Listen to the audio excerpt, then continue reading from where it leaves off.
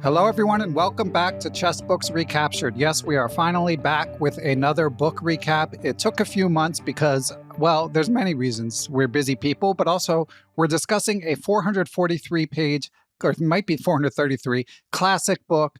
IM Jeremy Silman's The Amateur's Mind. Of course, this legendary author is recently departed from the living world, sadly.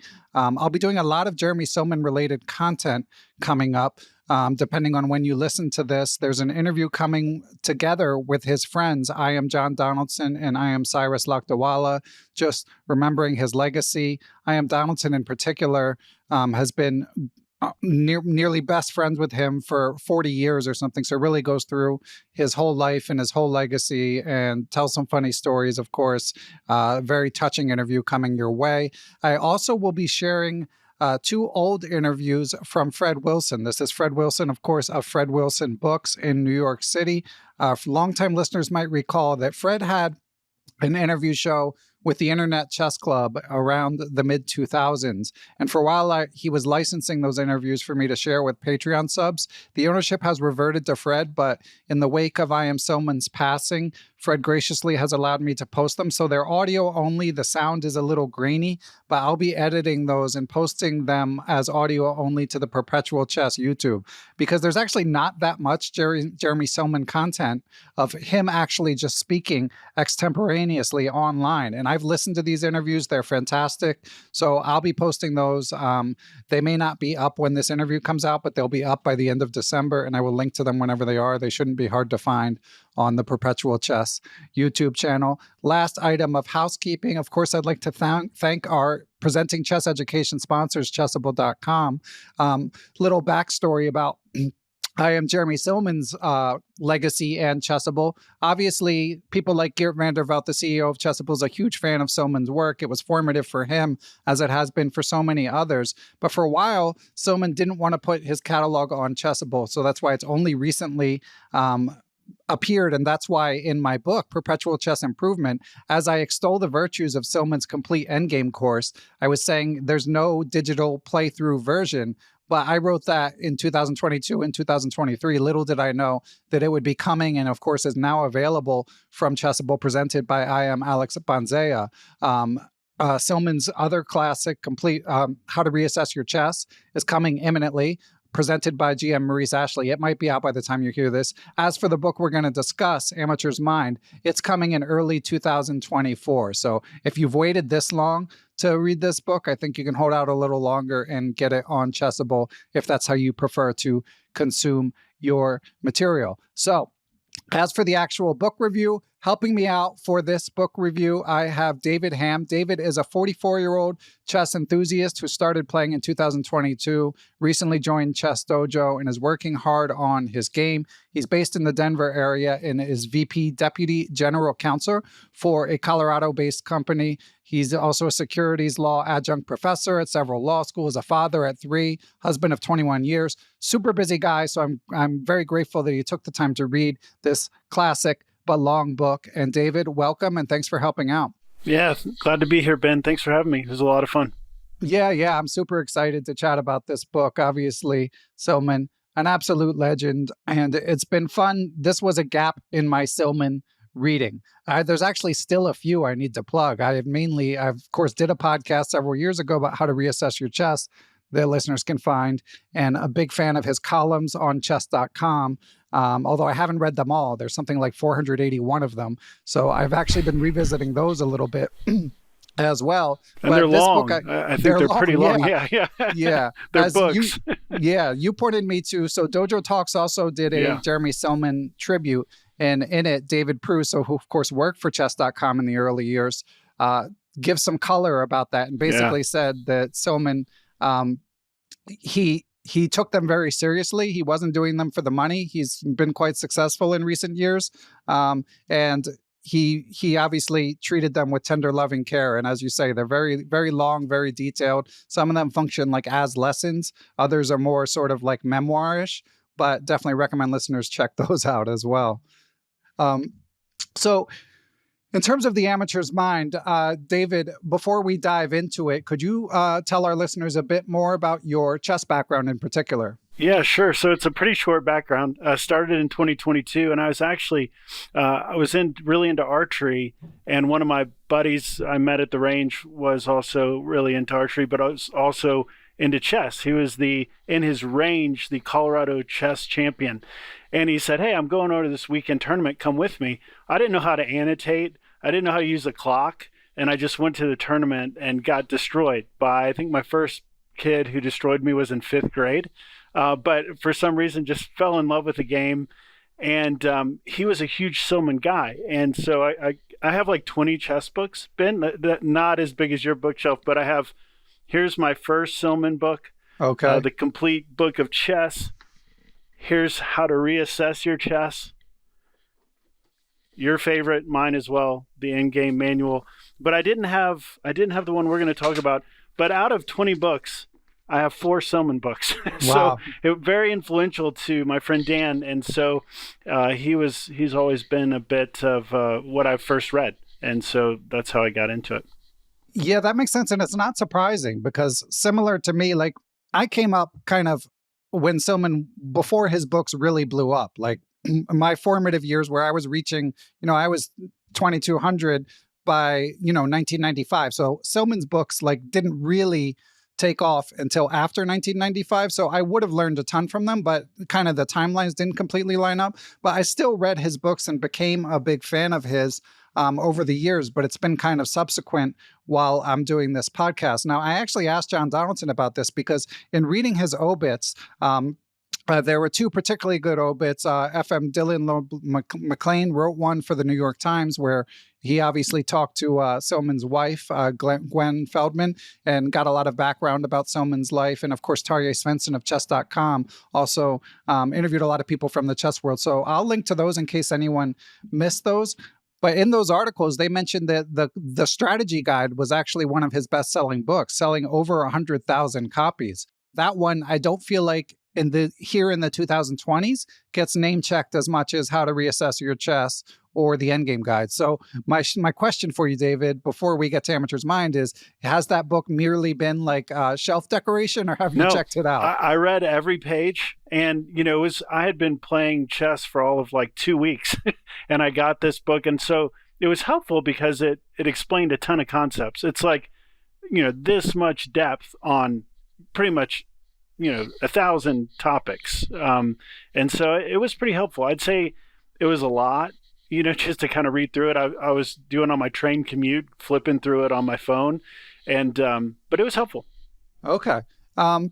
Yeah, I don't know if I'll get to that one because he's got a couple other books that I haven't read that are like gaping holes. Like he wrote a biography of Pal Benko that he discusses in some detail, or co-wrote with Pal Benko in the Fred Wilson interview. And John Donaldson said, and as listeners can hear when the interview comes out, that's what he thinks is his greatest work. And Silman sort of talks about it pridefully, saying like he just wanted to show how good a chess biography could be, how interesting it could be. He knew he wasn't going to make any money from it, but it was a real passion project. So I want to check that out. And of course, he came out with a memoir in recent years. As you'll hear John discuss, it hasn't been widely reported, but Silman's health issues have been quite severe in the past few years.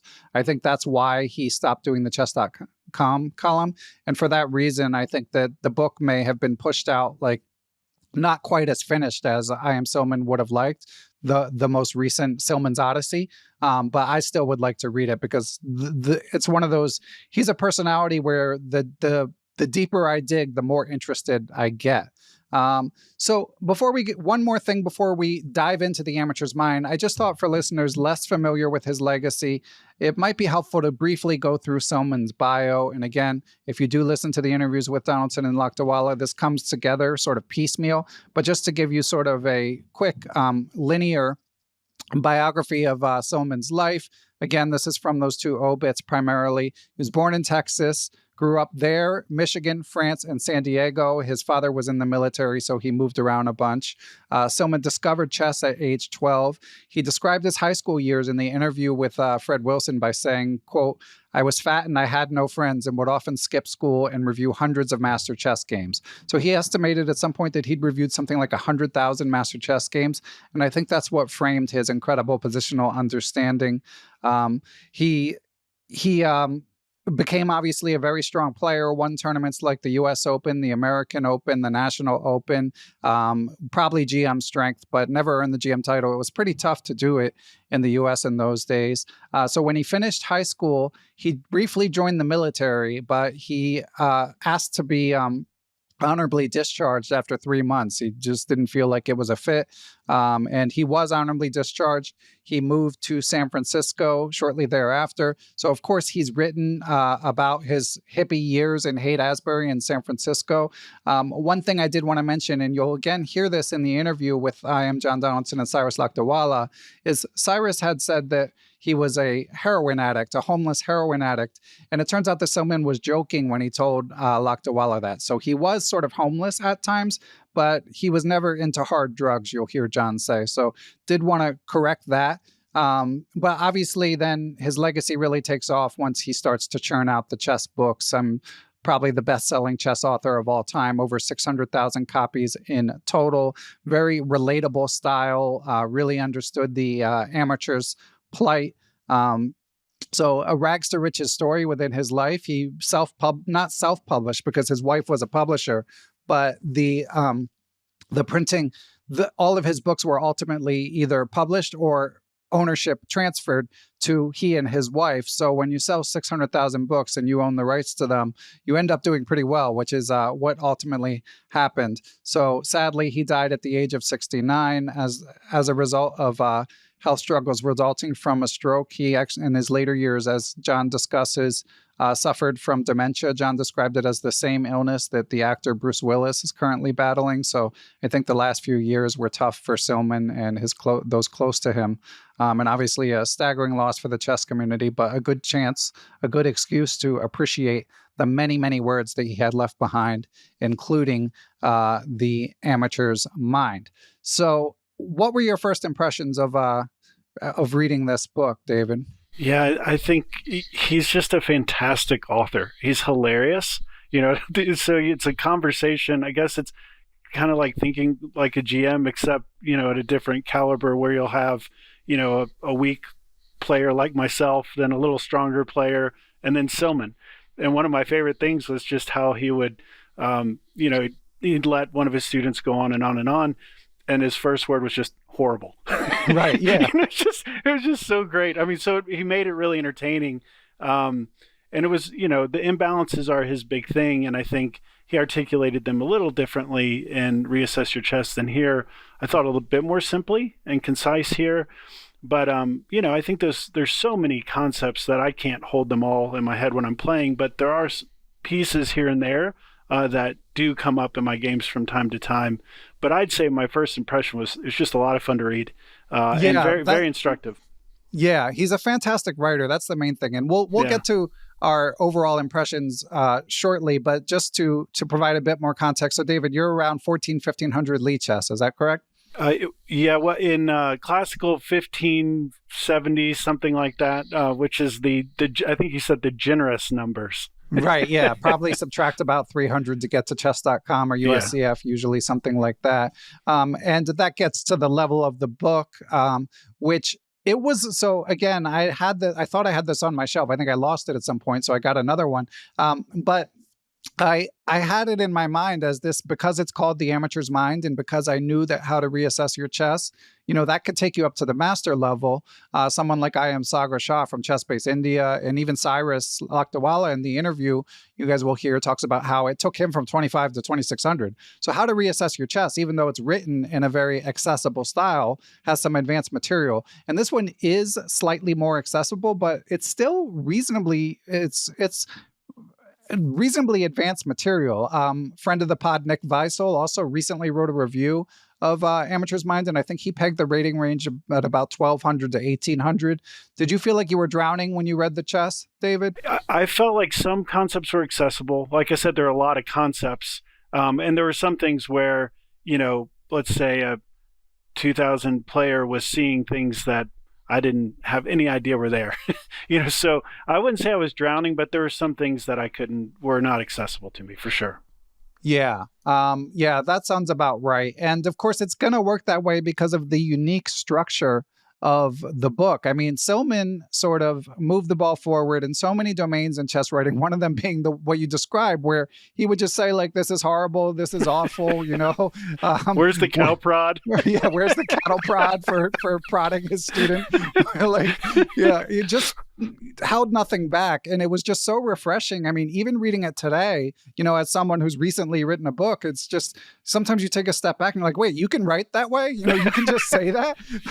And it's these are students who are paying him, right. Yeah, it's quite inspiring. So I certainly enjoyed that aspect, but your point, David, about there being a lot in there is also valid. Like there's so many pages and there's so much material and there's so many rules and guidelines that I do sort of get the sense that that maybe it's not the first choice for an instructive book, but it's very pleasurable to read. Yeah, I agree. And one thing that I've found when you have so many things, when you're kind of a beginner like me and you're playing a 90 plus 30, let's say, it's like, I'm not sure what to do with all that time. Like you guys, you 2000 master, title players, you've got a lot going on, where I'm like, I see a couple things, whatever. So it helps give a framework to spend the time to when you really have it. And that's been helpful as well when I've been playing longer games.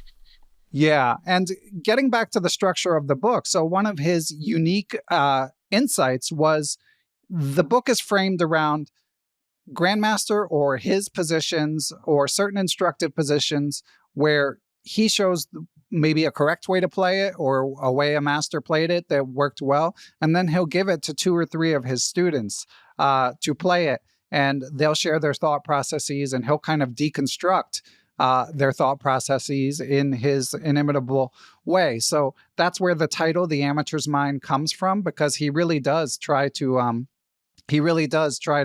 notice the thought patterns that a typical chess player has.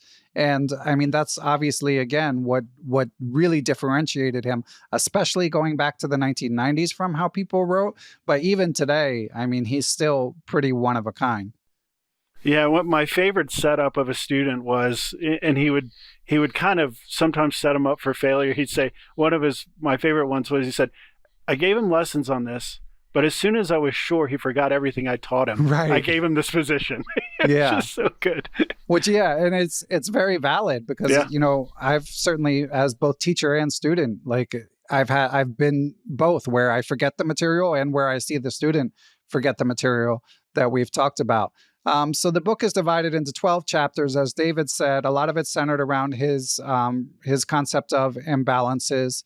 The chapters are generally about 25 pages each. I like that there's bullet point tips at the end of each chapter. Again, stuff like that, in the 1990s when he was first coming out with these books, you didn't see very often. There's problems at the end of each chapter, and then a big problem section at the end. And then, of course, there's a couple critiques of Silman that come up a lot. One is, like, obviously, this book is very old, so there's going to be some analytical errors in it.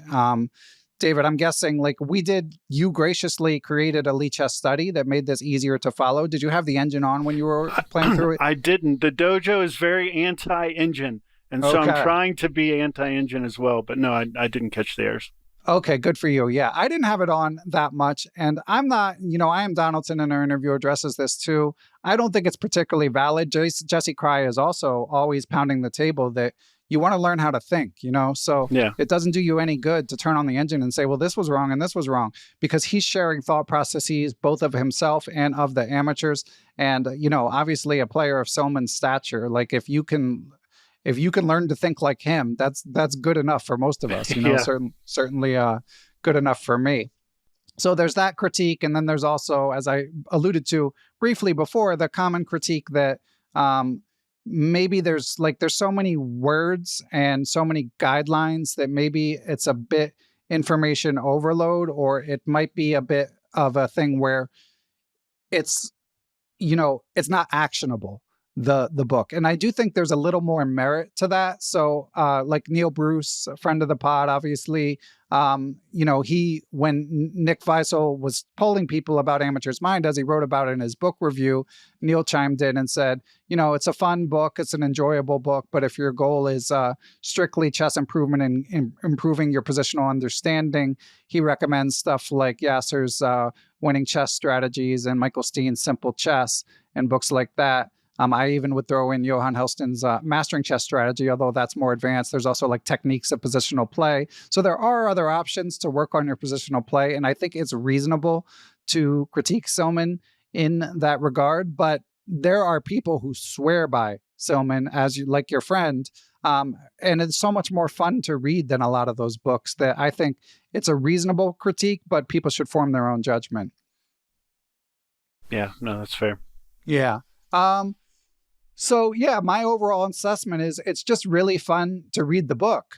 So yeah, maybe not the first choice of what I would read, but if I were only trying to optimize my improvement time and I were a 1400 player, maybe I wouldn't go to it first. And it's also so long that it's like a big endeavor to tackle it. So I think it's fine to just have around and check it out from time to time. And again, since it's coming to Chessable, you can even wait for that. But to set the stage, I thought I would read the opening 2 paragraphs of the book, which I will dive in right here. So this is all a quote. Every chess student dreams of finding the perfect teacher, someone who magically knows what's going on in the student's mind and is able to surgically remove the flaws contained there. Unfortunately, this rarely happens in reality. The well-meaning master, not being a movie character or a psychic, thinks it's sufficient to look at the student's games, ask questions, and give pat answers to the problems that appear before his eyes. While this is a good technique, I often wondered what would happen if a teacher could really get inside the student's head. To accomplish this, I played games with my students, always starting them off with a good position, had them talk out loud before they made a move, and after I made mine and wrote down their thoughts, to my amazement, I was soon seeing problems that I never imagined they possessed. And even when I was clipping those 2 paragraphs, it's like I wanted to keep going. Exactly. Yeah. Yeah. I mean, he hooks you from the beginning for sure. Yeah. Yeah. I mean, his writing really stands out throughout the book, probably even more so than his chess instruction. And again, not to belabor the point, but as far as I know, this was just so revolutionary, this idea. And it comes across in his interviews with Fred Wilson as well. He was spending a lot of time thinking about how to present his content away from doing it. He talks, and I mentioned this in the interview with John Donaldson as well. He talked about how he knew when he was writing Silman's Complete Endgame course that there was nothing remotely resembling it on the marketplace. One of the reasons that he ultimately decided to publish his own books, as Donaldson discusses, is because he was so fastidious about wanting to get every detail right, about not needing to meet a specific deadline. During the interview with Fred Wilson, it's the first interview's in 2005. He hasn't quite finished the book, and he's like, "Oh, this is taking forever, but I think it's good, and I want to do it right." And then in 2006, I believe he said that they were just now doing the typesetting. But it really does show. It comes across in the works, I would say. Yeah, I mean, you can tell he loves writing. And loves what he's writing about, and that it's contagious for the reader. Yeah, and there's like a life lesson in there because as again comes across in these conversations, I mean, he was really living hand to mouth for many years, but pursuing what he loved and pursuing it with such vigor and originality that ultimately sort of his talent won out, So especially, again, obviously I had a ton of respect for him anyway, but you kind of, unfortunately, often only really try to conceptualize someone's life after they've passed, and you really kind of look back on it. And in looking back on it, obviously there's so much to admire just from all the lessons that he left behind, but also the way he lived his life is inspiring. Yeah, I think, the Dojo Talks did a really good job. I think Jesse did a good job of bring us back to his lean days in the 90s when there was no money in chess. And he figured out how to make it work somehow, which is, to your point, pretty remarkable. So I would definitely recommend listeners do check out that Dojo Talks because, Jesse had some good perspective, and David, of course, told some good stories about all of the behind the scenes of Silman writing for chess.com for all those years. So, I mean, we've of course, like with Silman, I feel like the main thing is the quotes, you know, especially because, I mean, obviously we could share chess lessons, chess takeaways. I would say the main chess takeaway, the top line chess takeaway is like, you are not alone. You have these thought patterns as whatever level player, definitely up to my level, there's still a lot of what he says resonates. And you feel like all these insecurities and these like thought loops that you find yourself in, you might feel like they're like only you, like this fear of being attacked or this propensity to always want to attack. Two of the sort of proclivities of amateurs that Silman's often sort of harping on. But when you read the books, you kind of realize, and of course this makes sense from a sort of Darwinian perspective, that everyone feels that way. And he's very helpful about repeatedly hammering it on you and pointing it out in like a funny way. So, so it's a lot of fun to read. Yeah, I think my big takeaway, I think that's a really good one. But two, like how prevalent throughout the whole book, the mental game, not the technical. I mean, the technical stuff was there, but permeating all of it was, don't play with courage. Don't play with fear. Like, what do you have to fear? Nobody cares if you win or lose this game. Like, what you don't get outside of your head and play a good chess. And to me, it was such a point over and over and over again. Like sometimes you'd say, let's just take a paragraph and talk about fear, And it was just, I really appreciated that. I played Division I college golf in college, and that was my big thing, was mental. Like if I was winning, I got nervous. If I was, doing bad, I got nervous. And so, thinking about how to really work on that in my chess game, because it shows up in chess too, was really helpful. Wow. Archery, golf, and chess. You've got the like trifecta of the mind. The random things to do with your time. This is where I excel. That's one way to put it. How to whittle away your time by David Hamm. I think it's forthcoming, Ben, maybe on Chessable in a couple of years. That's one way to put it, but those games are also like supremely psychological. I mean, there's definitely like a through line between like, man, can you get in your own head in those three activities? Oh, there's no doubt. And a lot of fun. Archery particularly is just fascinating. A really interesting sport. But anyway. I've never done archery, but I did read the book Zen and the Art of Archery. Have you read that? If you have a range, anyway, we can get off this topic, but it's it's like you try not to get to poker sometimes, but it's a lot of fun. Anyway. I could see that. So getting back to the chapters, the one that David alluded to about the mental game is the last chapter called Developing Mental Toughness. I've definitely heard many people flag that as a favorite. But before we get to our favorite quotes, which is really the main event for Silman, I did just want to read the chapter titles just to give listeners a quick perspective about what the topics of the book are about. Although I would guess with someone like Silman, probably half of you listening have read the book at least, whereas normally it might be more like 10 to 20%. But so there's an introduction, chapter 1, the imbalances. He introduces the concept. Chapter 2, the battle between bishops and knights. Chapter 3, acquisition of the center, territory, and space. Chapter 4, the confusing subject of pawn structure. Just as a brief aside, see, like that's a thing where in 1990, people would just say pawn structure and be very like proper about it instead of like telling you, yes, it's confusing. Next chapter, material. Next chapter, development and initiative. Next chapter, many imbalances, one board.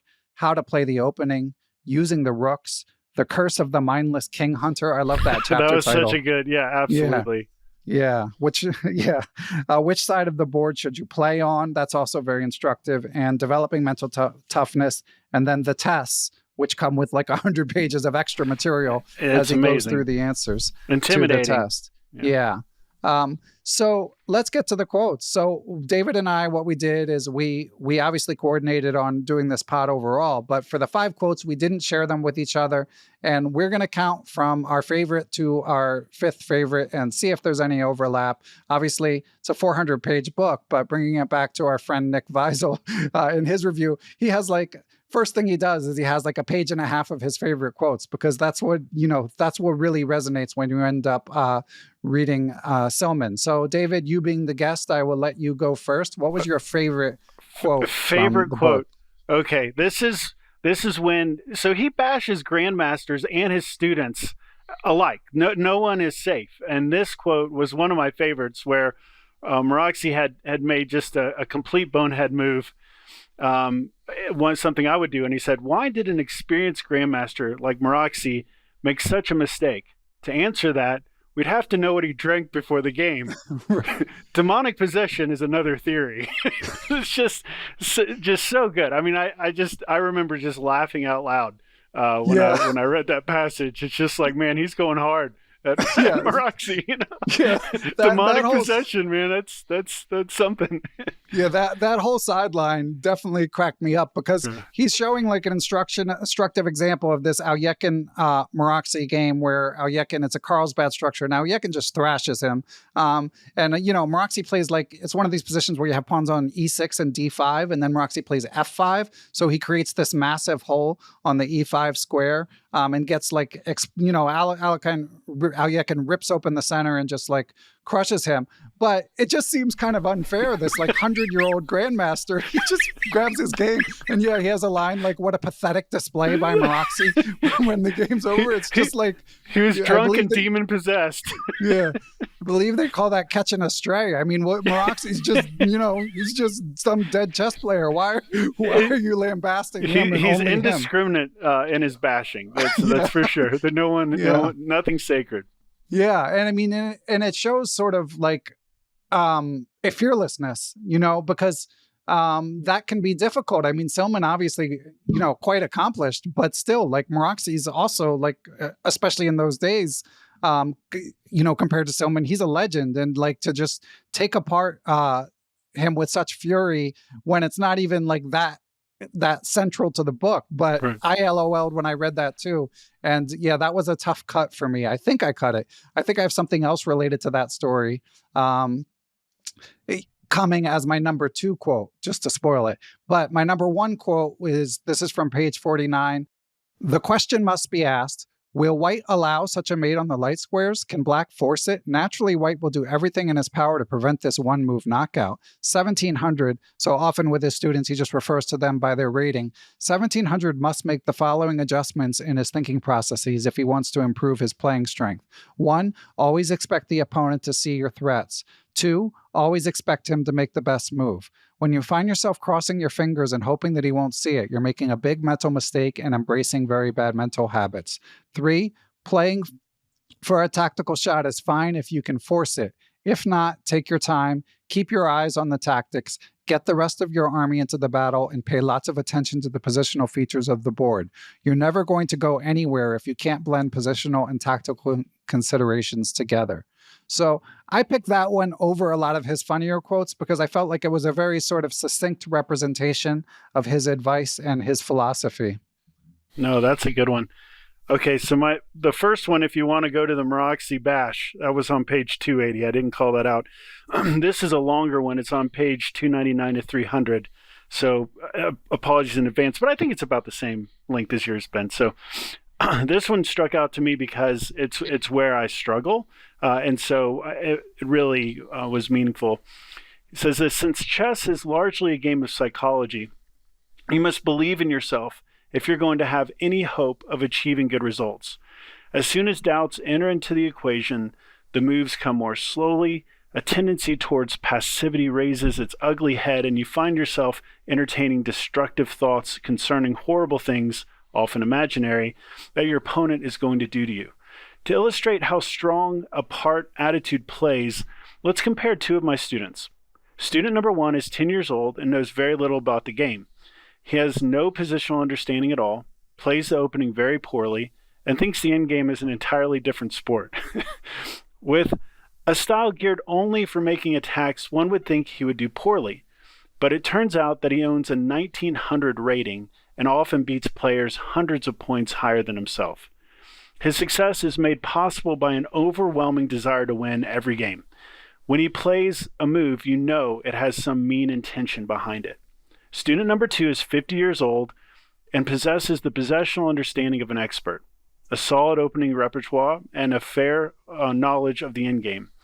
Superior in almost every respect to student number 1, he has only a rating of 1500. The reason?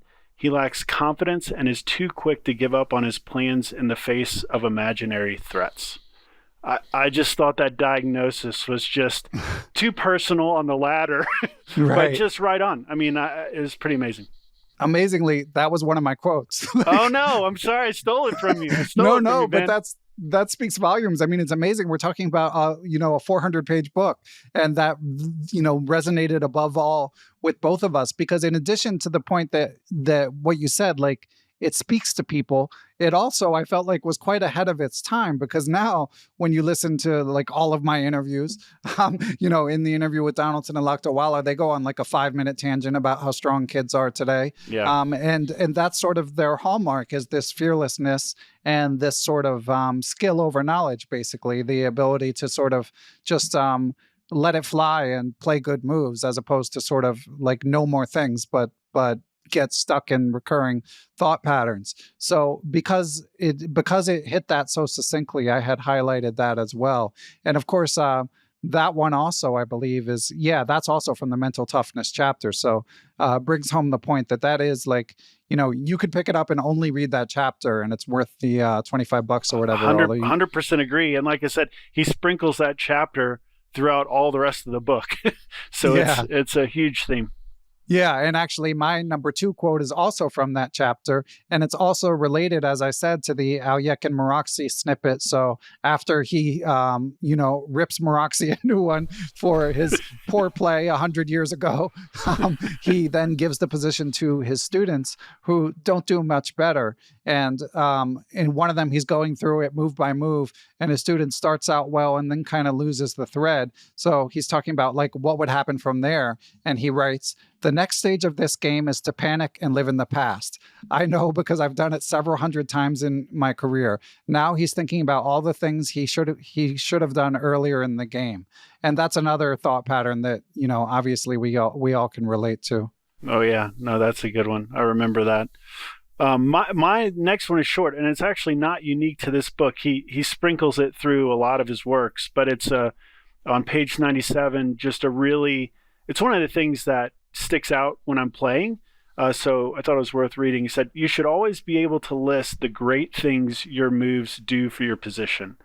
And I have a tendency to be somewhat lazy, where this move, it'll be good enough, and this pops into my mind once in a while as like my little angel on my shoulder to say, what wonderful things does this do for your position, and checks me periodically. So I think it's a really helpful short quote.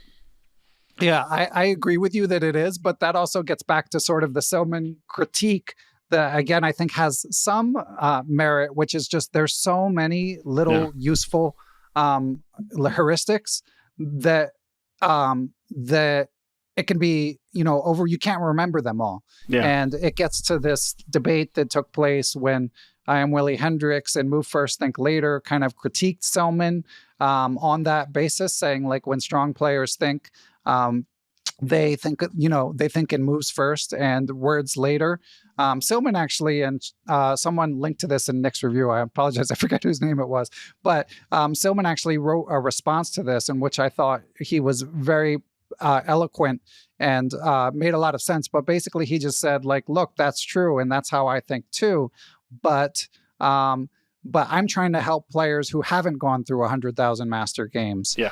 So I'm trying to give them some rule of thumb, and it's not really practical for a working adult to then just go through 100,000 games. Like that's not going to happen. So he kind of conceded the point, and he was actually very gracious. He praised IM Willie Hendricks' book in the context of responding to this criticism.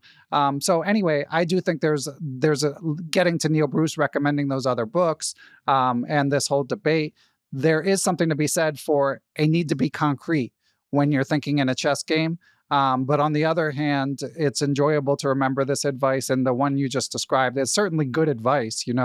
That like if you're not asking yourself what good a move does for your position, you're doing yourself a disservice. On the other hand, the whole like when you look at a position first, list all the imbalances as he advises. Yeah, that's one, in my humble opinion, he might be taking it like a bit too far. It's just a bit impractical. I agree, and I think you could take that question, like what good is this doing for your position, without having to go with all the heuristics, right? It like intuitively, even, like why is this a good move versus a bad move? Right. Kind of keeping it simple, even helps.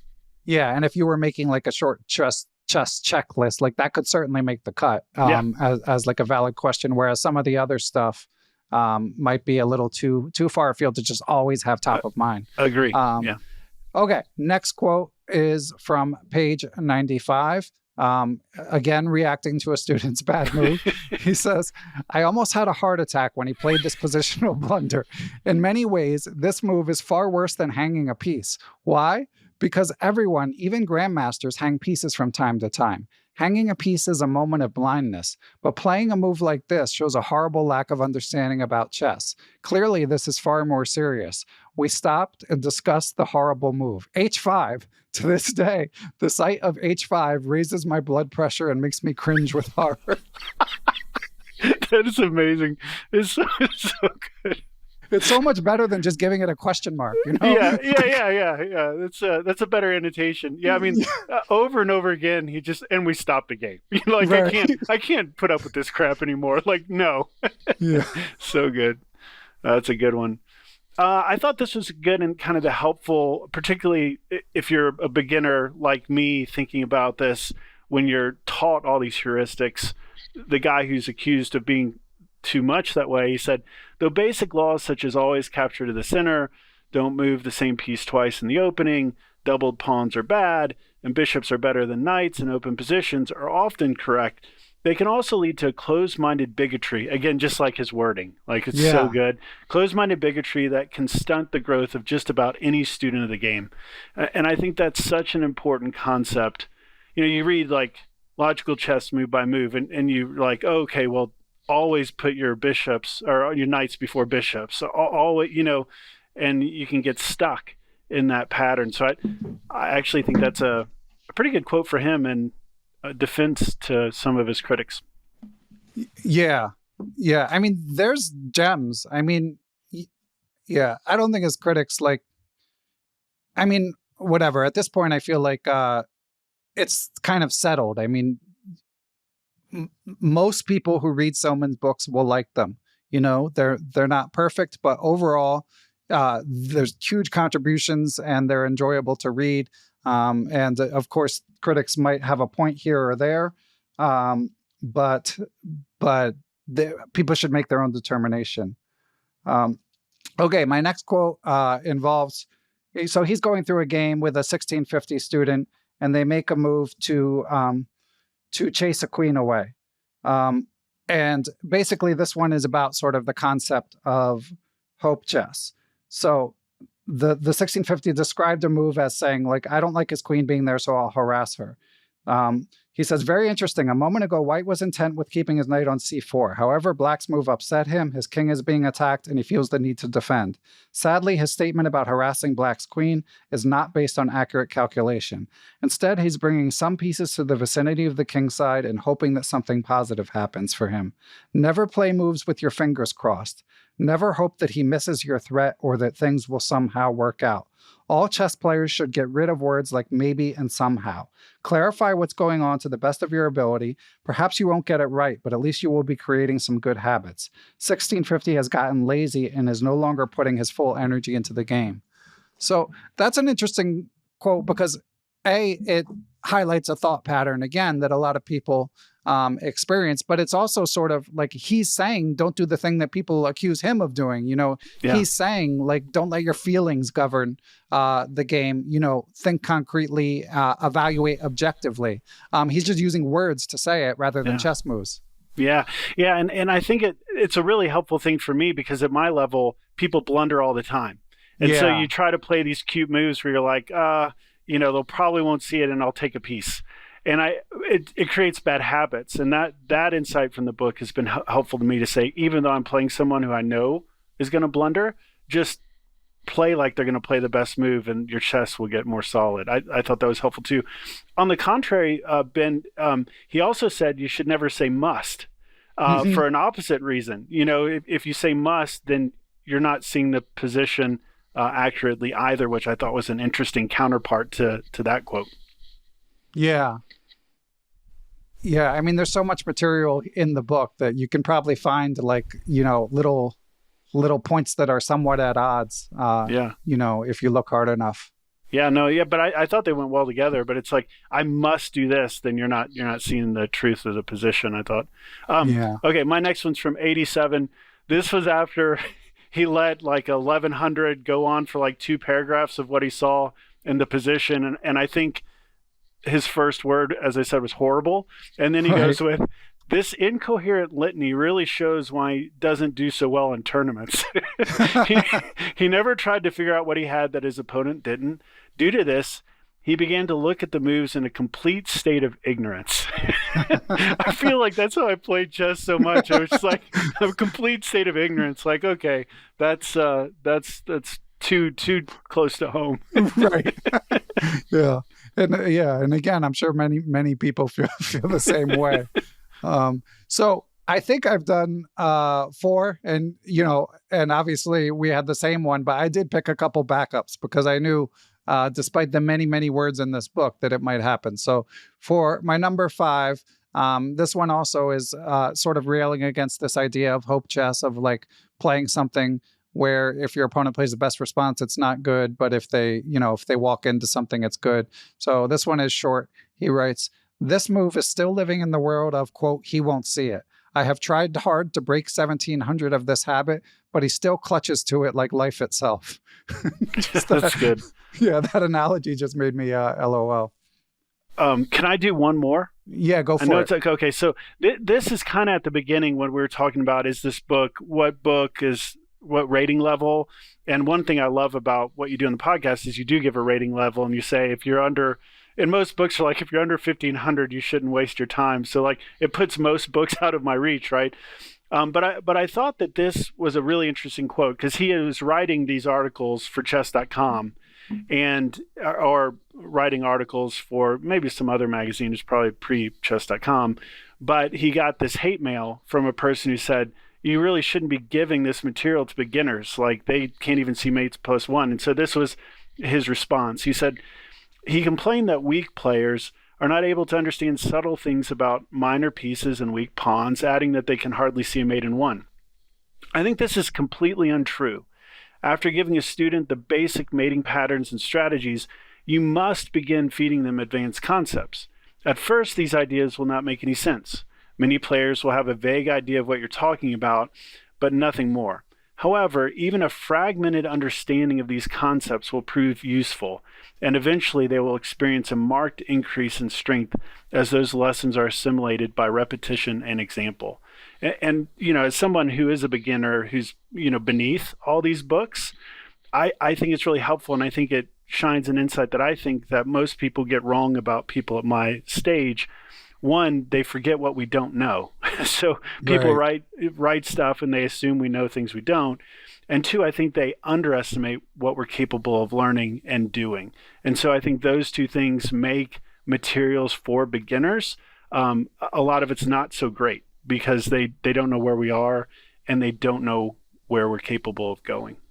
Yeah, that really well said. And yeah, that's one thing that in the course of doing this podcast, I've certainly come to appreciate is that you might say like, okay, below the 1400, 1500 level, games are just decided by tactics, so you don't need to know anything else.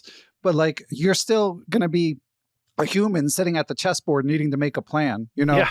Whether or not a tactic ends up deciding the game or not, like you still have to have some sort of thought process at the board. And I think that's something that Silman really owned in on, and that's sort of the viewpoint that he's defending. And I think I think he was right. Yeah, and I think a lot of people have come on this podcast and said, listen, if you're under 1100, just do tactics and play. And it'd be like me. So, like I said, I played golf my whole life through college. It'd be like me teaching golf and saying, all you need to do is learn how to putt. That's it. Yeah. Just go putt 5 hours a day, and then, you'll learn golf. Well, it's totally false. It's one of the things I like about the dojo is you do tactics, you do middle game, you do strategy, you do end games. There's a balanced diet of everything that you learned. So I think a lot of that advice is misguided. That's funny. Being a golf noob, just knowing the basics, I would have thought you're playing? You're just starting to play? No, I'm more interested in watching. I have zero interest in playing. That's fair. Like I play enough humbling games. Yeah, fair. But I would my non-golfer guess would have been that tactics are more like striking, and I think of putting more like the end game or something.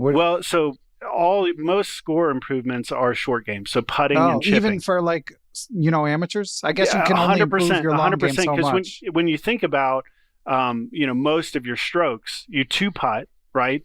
You hit one drive in an ideal hole, you hit one approach shot, and you have two putts. Okay. So if you want to improve your score, yes, you should focus on your short game. But to tell someone they shouldn't go learn how to hit a driver or an iron is ridiculous. To tell someone, just play this game and just do tactics without having any sort of idea of like the start to end of the game, I think is foolish. Okay, interesting. So listeners getting golf lessons as well, but I do find drawing parallels between these fields to be of interest, even if I'm not actually trying to get better at golf, for example. I think there's a lot of connections between the two games for sure. There's different stages, there's different skills, and both are a lot of fun. Yeah. I think it would drive me crazy. but it takes too much. It's like chess. It's like a classical game. It takes too much time. Right. Yeah. Yeah, exactly. Although at least you're outside and moving around. So again, we could give so many quotes about this book. And like I said, in preparing for the Donaldson and Lakdawala interviews and sort of just for fun, once I got sucked in, I read a bunch of his columns. Like there's so many quotes I could share from that. But I think we'll predominantly try to keep this relatively short. I mean, obviously, in closing, if you enjoy good writing, if you like to laugh, definitely read this book. If your number one goal is to get better at chess, then like almost all 30-year-old chess books, it's probably not the very first choice. In terms of my Silman book rankings, again, it's biased because I haven't read the complete strategy book, and I haven't read the Benko book, which I'm almost positive would be my favorite based on what people like John Donaldson have said. But out of the three I've read, How to Reassess Your Chess and Complete Endgame Course, I enjoyed reading this more than Reassess Your Chess. Complete Endgame Course, I didn't enjoy reading it as much, but it's just so good for what it is that I would put that number one.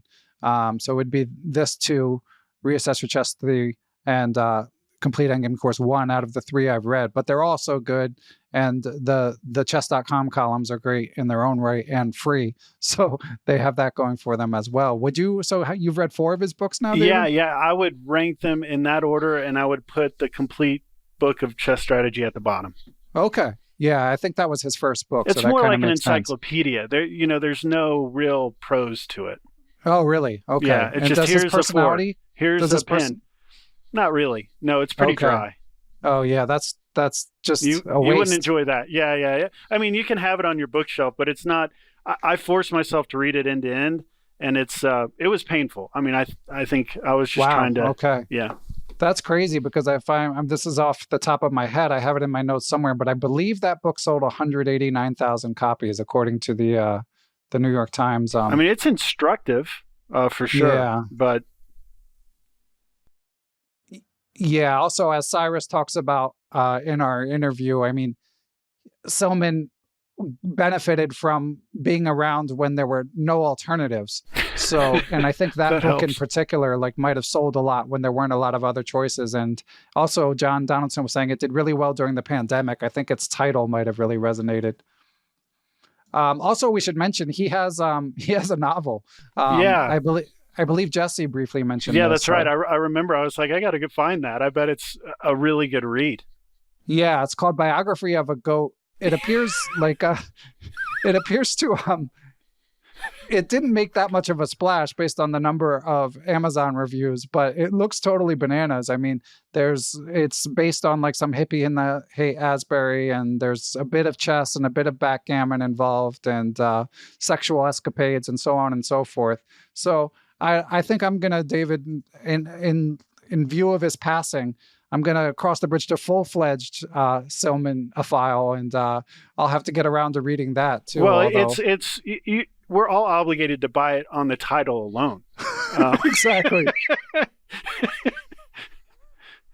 Exactly. And if any listeners want to discuss that book or another book, I should have mentioned, there is a forum if you want to volunteer, as David has, to be a guest co-host that I will link to. The problem is I have plenty of volunteers. What I don't have is a lot of time to churn out these book reviews every month, but I am tentatively planning on doing one next month. I developed a cheat code where I'm going to do one for a book I already read. So Smart. that makes life easier. It'll actually be Dr. Nick Vasquez, who's been blogging lately and who I interviewed as an adult improver. And I wrote in my book, I drew a lot of insight about the science of learning from this book, Make It Stick. And then when I interviewed Dr. Anique de Bruin, she also gave that as a top recommendation for like the science of learning. And Nick subsequently read that. So we're actually, the next Perpetual Chess book review will be about a book that has nothing to do with chess. We'll try to summarize Make It Stick.